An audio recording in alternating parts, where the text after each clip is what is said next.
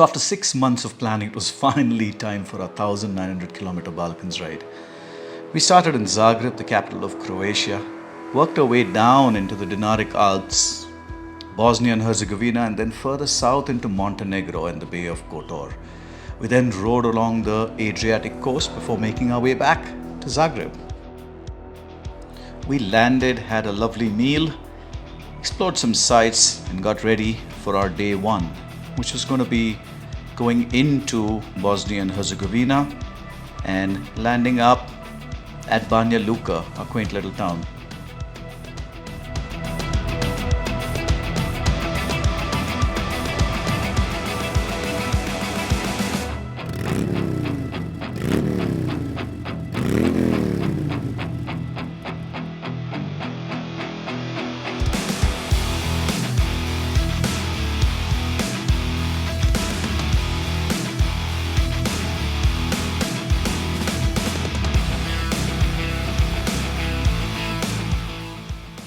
Day one was largely highway driving with the objective of everybody getting used to their new motorcycles as well as driving on the right side of the road. And soon it was time for us to get into Banja Luka.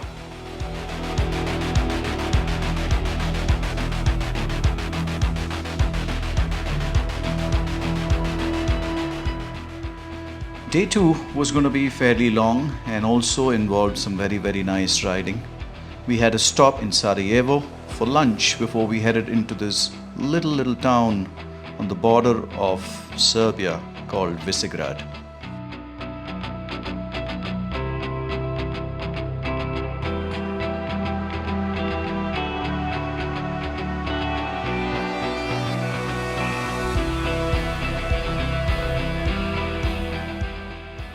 After a nice coffee break, we rolled into Sarajevo and got the opportunity to visit the old town, get our picture clicked at the Eternal Flame before we stopped at a nice little restaurant for lunch, and then it was on the road again heading into Visegrad.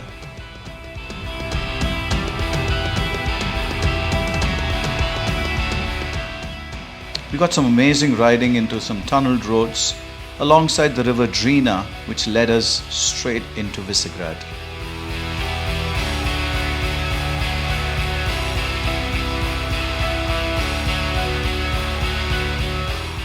We checked into our apartment, and then, after seeing the sights, it was time to celebrate Mr. Gautam Khote's 51st birthday. Birthday to you. Happy birthday to you. Happy birthday. Day three of our ride was going to be both the most challenging as well as the most spectacular of this entire trip. We were headed from Visegrad into Kotor in Montenegro.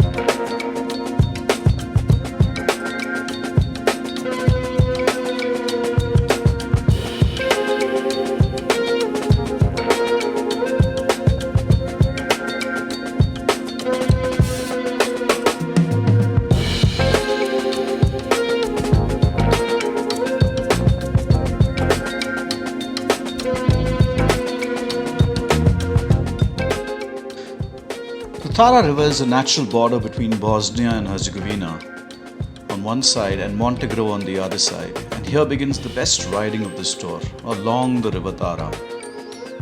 We go in and out of tunnels, twists and turns all along before we get to the beautifully placid Lake Piva.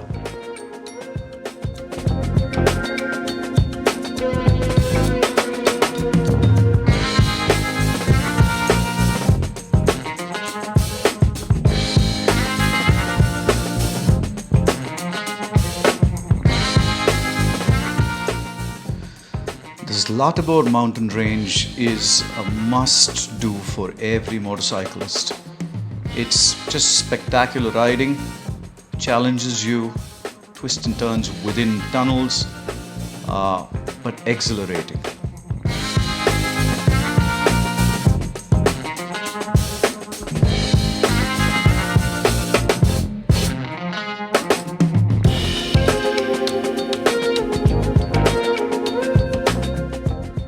And as you leave Pluzine, you get into this fantastically paved roads, fast benders. You can just enjoy yourself, twist the throttle a little bit, hardly any traffic, open highways.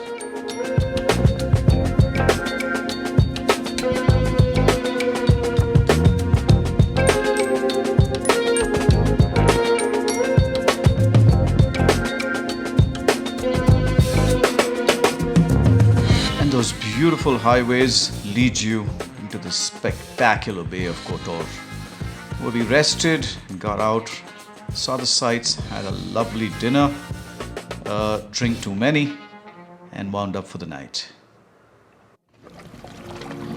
Day 4 was a shorter ride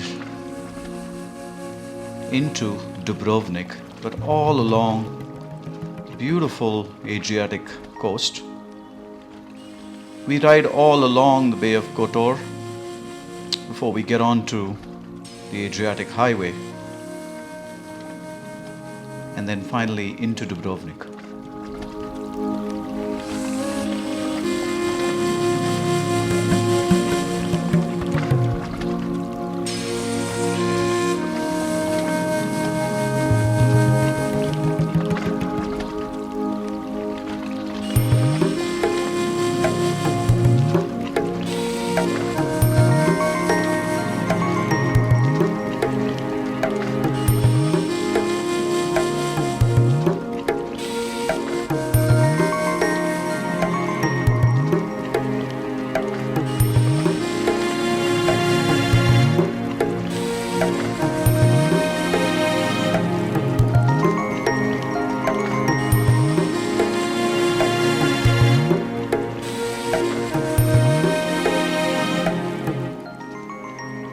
It's with good reason that Dubrovnik is one of the most popular destinations in Croatia, if not the most popular. It's spectacular, but it's also very, very crowded despite it being off-season. It was early October. The weather helped us a lot here. We spent time exploring, enjoying its sights. We did see some of the famous Game of Thrones locations. And a few of us went into the sea kayaking to make for a beautiful, beautiful sunset. This was obviously followed by a bunch of beers where we celebrated at the gaff. Also, a nightcap at a Michelin star restaurant.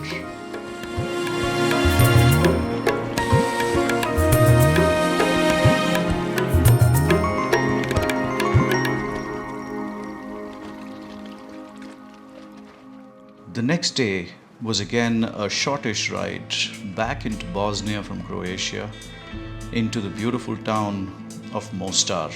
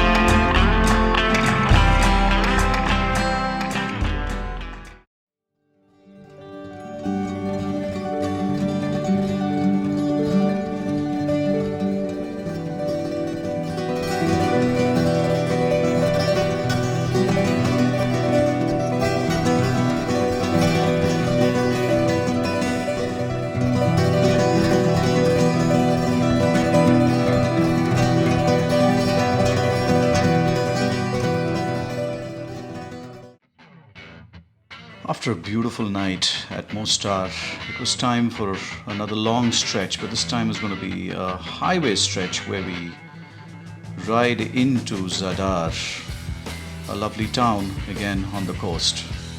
We started off with some bad roads getting out of Mostar, but soon enough we hit the highways with speeds of 130 kilometers per hour that we belted through before we got into Zadar.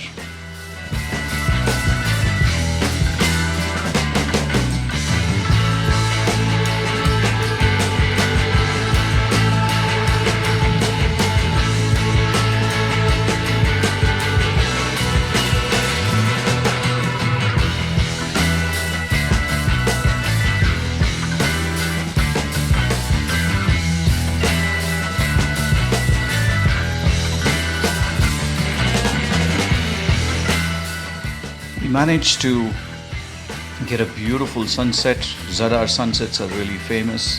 Before we explored the old town of Zadar, which was so nice, much quieter than Dubrovnik, very classy, got some great food, explored the sights before we ended up listening to some good old rock at the Trooper Bar. It was a staggered start to day 7, where we had to do about 150 kilometers. A couple of us wanted to do the big hike in the Plitvice lakes, so they left early. The rest of us headed out 9:30ish. Some peaceful, quiet country riding before we got into Plitvice lakes and our homestay there.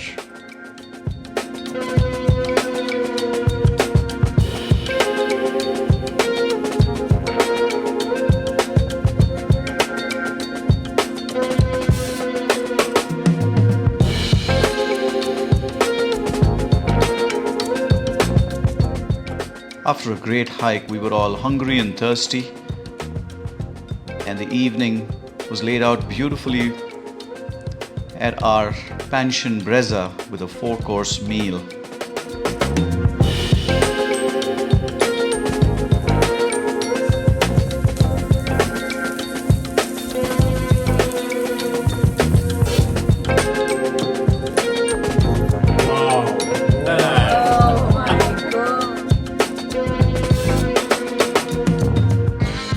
Suffice to say, we made a night of it.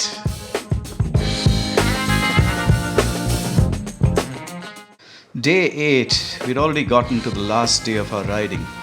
We were headed to Zagreb, but not before a stop. We were going to go to this abandoned World War II Cold War Air Base that's at the border of Croatia and Bosnia. So after a nice picture, we headed out to Zeljava Air Base.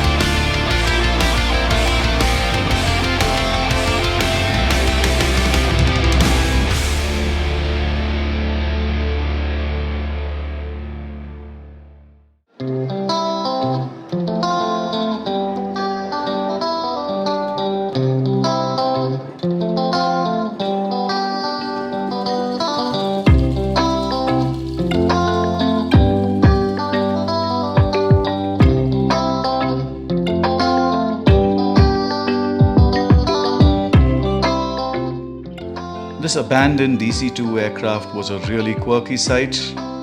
We explored it completely stripped inside, got some pictures, chilled before we were on our way to Zagreb.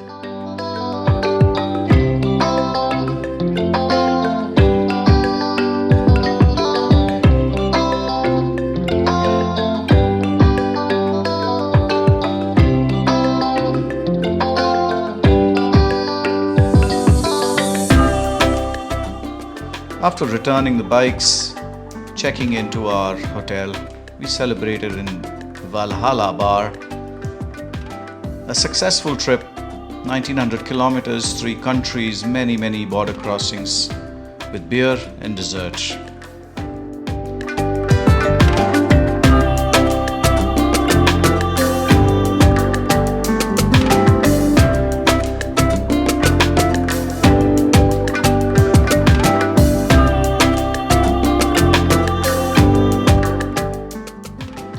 So some tips for you. Zagreb is a great base for both the Balkans and the Alps. You can go south into the Balkans, or you can go northwest into the Austrian, Slovenian and Italian Alps.